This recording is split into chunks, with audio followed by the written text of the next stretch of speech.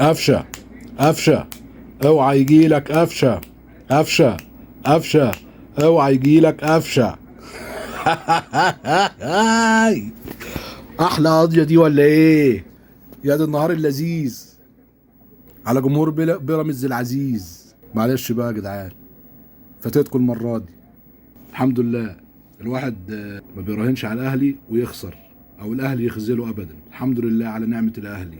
السلام عليكم ورحمه الله وبركاته، اهلا بيكم واحلى فيديو النهارده علشان فوز الاهلي على الطموح، فوزه على كل المتربصين وكل الخونه لناديهم والفرقتهم.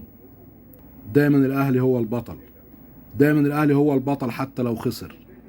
دايما تعب نفوسكم يا بيراميدزويه. بيراميدزويه، ايوه هي باين بيراميدزويه ولا زمل، لا بيراميدزويه. تصدق صح؟ ايوه حلو. النهارده على راي المذيع ده لقاء القمه الحقيقي. مش مكسوف على نفسك، عايز اتكلم عن مشاكلنا بقى احنا النهارده. الاهلي بعيد عن التحفيل، احنا بيبقوش موجودين ونحفل عليهم، بيحبوا يحشروا نفسهم كده في اي حاجه، سيبك منهم. نروح بقى للاهلي. عندنا مشاكل في الدفاع، عندنا مشاكل في الدفاع. رامي ربيعه كل كام مباراه يعمل لنا كارثه كده، خطأ يجي منه هدف. محمد عبد المنعم يجي في مباريات مهمه يتراخى شويه يدخل فينا هدف. يعني غفل للحظه عن مايه دخل فينا هدف.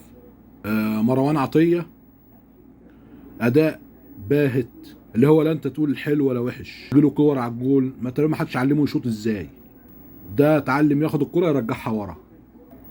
النهارده حسين الشحات 10 على 10. وسام ابو علي رغم انه ضيع كوره ما تضيعش، انما تحركاته كان خاف الضغط على الاهلي صراحه. يعني هو تحركاته احسن من مليون واحد زي كهربا. امام عاشور ما حضرش النهارده، ما جاش.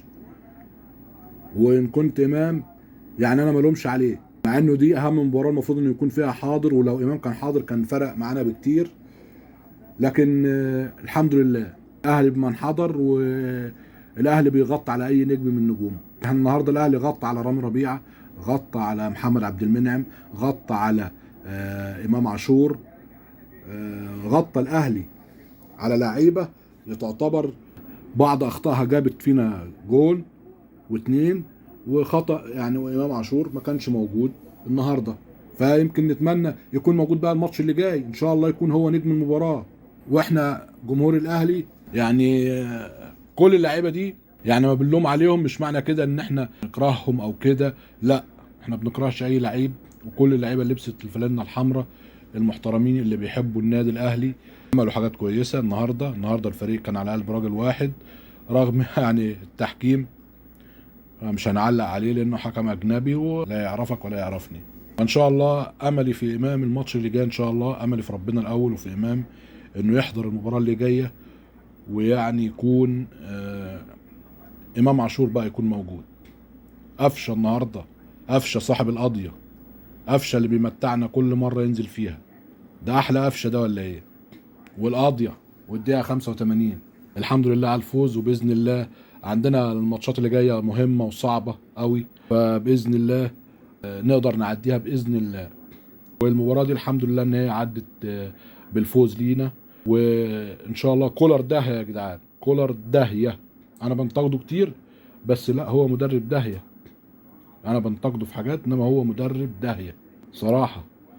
خططي 10 على 10، يعني حتى لو الورق اللي معاه ساعات يوقع منه حد.